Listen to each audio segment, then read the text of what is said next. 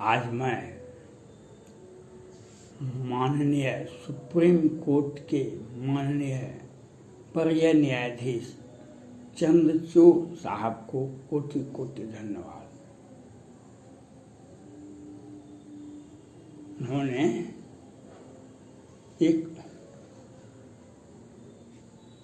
सार्वजनिक समारोह में कहे कि बुद्धिजीवी वर्ग को सरकार के गलत कार्यों का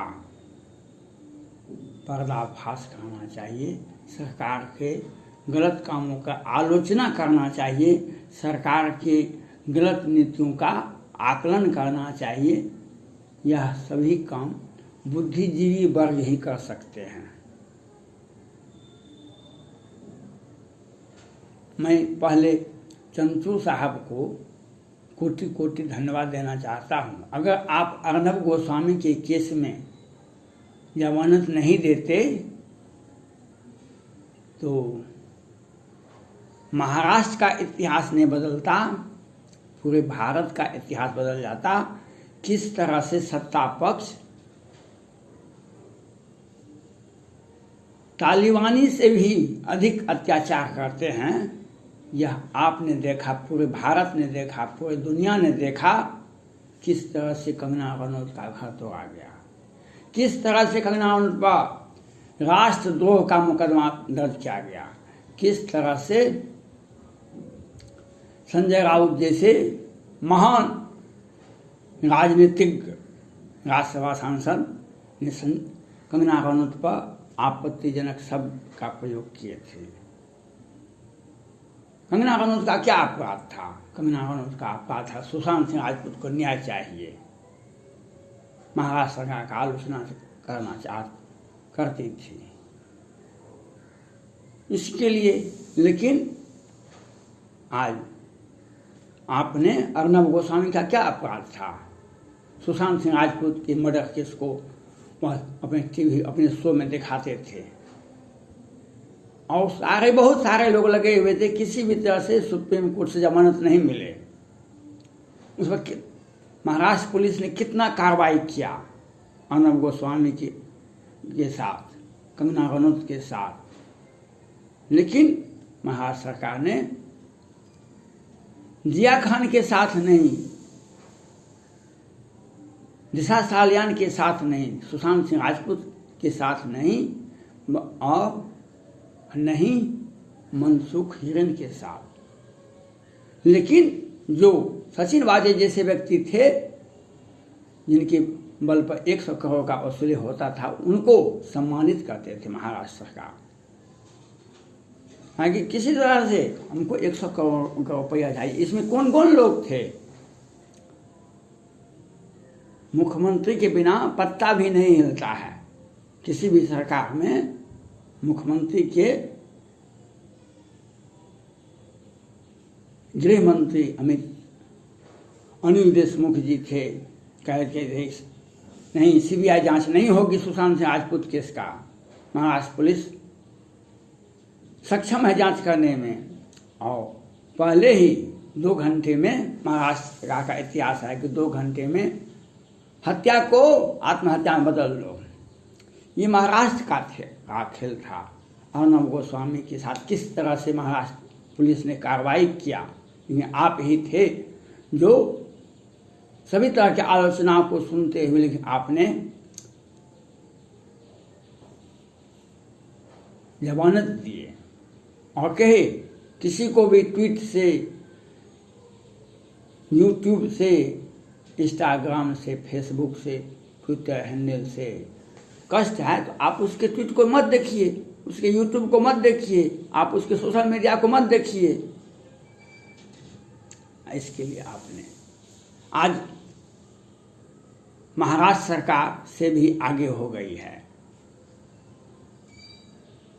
पश्चिम बंगाल की ममता दीदी की सरकार, आपने वहाँ के विधानसभा का चुनाव हुआ तो ममता दीदी का वह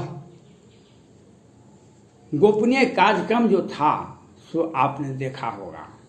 किस तरह से भारतीयों को पश्चिम बंगाल में रह रहे हिंदुओं को किस तरह से, वहाँ के अस्थायी निवासियों को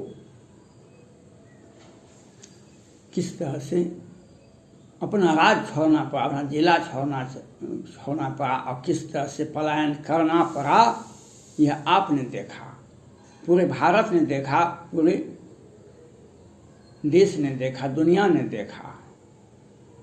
अब आइए बिहार सरकार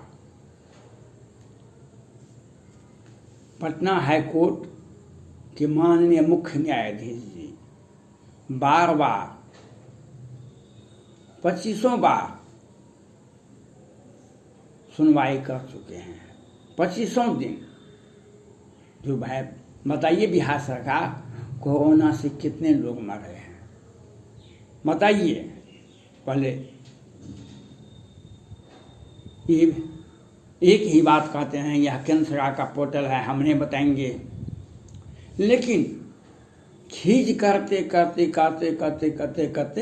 ये समय को काटने में माहिर हैं। बिहार सरकार समय को काटने में माहिर हैं। और अब ये बताते हैं लगभग 10,000 लोग हॉस्पिटल में मरा। गांव देहात, कस्बा, टोला टप्पर, वार्ड, गांव देहात, कहीं भी उसके बारे में कुछ नहीं है। मैं पहले से ही कहता था, जो पूरे भारत में जितने भी राज्य हैं उसमें 29 राज्य हैं, उन सारे राज्यों को मिला करके अकेले बिहार में उतना, उससे ज़्यादा मरा है। सभी राज्यों को मिलाकर बिहार में जितना सभी राज्यों में मिलाकर के मरा होगा, उससे अधिक बिहार में मरा है। क्योंकि यहाँ पर सुशासन की सरकार है। यहाँ का बिहार सरकार बहुत भविष्यवक्ता है, दृष्टा पुरुष हैं, जो 265 वेंटिलेटर पहले खरीद लिए थे। क्या 1000 करोड़ का घोटाला हुआ है वेंटिलेटर में, लेकिन विधायक, समान आदमी को तो छोड़े, विधायक जी की पत्नी मर गई, निवर्तमान विधायक मेवालाल चौधरी जी मर गए, बिहार सरकार के चीफ सेक्रेटरी ऑफ बिहार ये मर गए, कितने IAS मर गए, लेकिन इलाज बिहार सरकार में इलाज नहीं होता है। ऑक्सीजन का घोटाला, इतना निंदनीय बात कहीं भी नहीं है दुनिया में। दवा घोटाला, वेंटिलेटर घोटाला, और ये बिहार सरकार कहेंगे बिहार जो है सुशासन की सरकार है और भारत सोचेगा कभी उससे हम अधिक विकास करके बैठे हुए हैं। कितना पुल पुलिया बना, भस गया, और उससे भी अधिक बिहार में पूर्ण प्रतिबंध है। भारत में 2 ही राज्य ऐसा है, 2 ही राज्य है, महाराष्ट्र में ड्रग प्रतिबंध है, पूरे भारत में ड्रग प्रतिबंध है, लेकिन महाराष्ट्र में और अधिक प्रतिबंध है, और बिहार में शराब बंद है। लेकिन सैकड़ों केस, सैकड़ों अपराधी, सैकड़ों फिल्म उद्योग, फिल्म एक्ट्रेस पकड़ाते हैं ड्रग के साथ। महाराष्ट्र में बड़ी बड़ी फैक्ट्रियाँ चलती, अरब खरब का प्रॉपर्टी बना देते हैं ड्रग बेचने से महाराष्ट्र में। अब बिहार में बिना पूंजी का, सरकार का सहयोग चाहिए हमको, हम 5 दिन में 10, 20, 25 करोड़ कमा लेंगे। अब बिहार सरकार अपने लोगों को ऐसा करती है, छोटे छोटे गरीब आदमी को। लोअर कोर्ट से कितने आदमी को फांसी हो गया, होली के शुभ अवसर पर जहरीली शराब पीने से 20-25 लोग मर गए। और पहले भी लोअर कोर्ट के द्वारा 10-12 को फांसी की सजा दी गई, 10-12 को आजीवन कारावास की सजा दी गई। और लेकिन बिहार सरकार पूर्ण प्रतिबंध है शराब। पटना हाईकोर्ट ने माना, जो यहाँ पर प्रशासन और पुलिस की मिली भगत से शराब बिकता है। अब आइए कानून व्यवस्था। माननीय चंद्रचूड़ साहब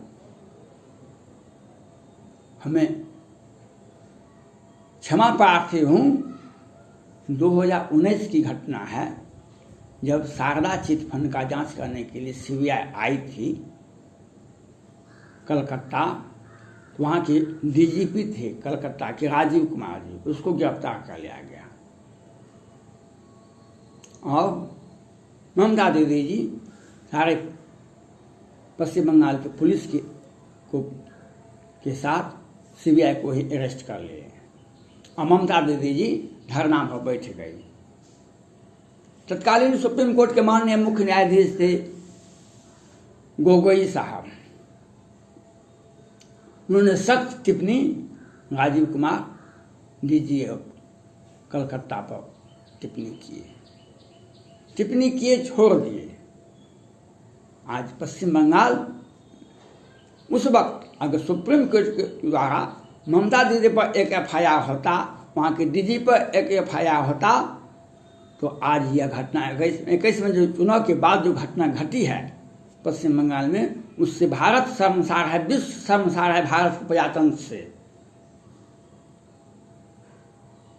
हजार हजार महिलाओं के साथ हजार हजार परिवारों को पलायन करना पड़ा, आसाम जाना पड़ा, वहाँ जाना पड़ा, राज्य को छोड़ना पड़ा। किस तरह से हत्या की गई, किस तरह से महिलाओं के साथ बदतमीजी की गई, किस तरह से घर लूटा गया पश्चिम बंगाल में।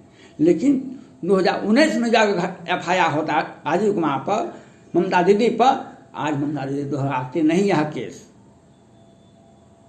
19 में जो आपने जो टिप्पणी करके छोड़ दिया, आप एफआईआर करना चाहिए आपको तत्कालीन मुख्य न्यायाधीश जी को, लेकिन नहीं किए। बिहार में 2019 में ही बालिका गृहकांड होता है। बालिका गृहकांड मुजफ्फरपुर बिहार में होता है। बिहार में मीडिया जो है, बिहार सरकार के चंद पैसे की दान में जो मिलता है बिहार सरकार द्वारा, उसी पैसे पर ये बिहार सरकार के ही आगे पीछे लगे रहते हैं। चरण अगर चाहती कृपा करो रघुवीर, इस तरह से बिहार सरकार की मीडिया है। आपने देखा होगा मोहम्मदपुर में दिन के उजाले में 5-5 राजपूत के बीएसएफ के जवान की हत्या होती है, एक सप्ताह तक किसी भी मीडिया में नहीं आता है। सृजन घोटाला, 11 बच्ची की हत्या होती है, 34 के साथ बलात्कार होता है।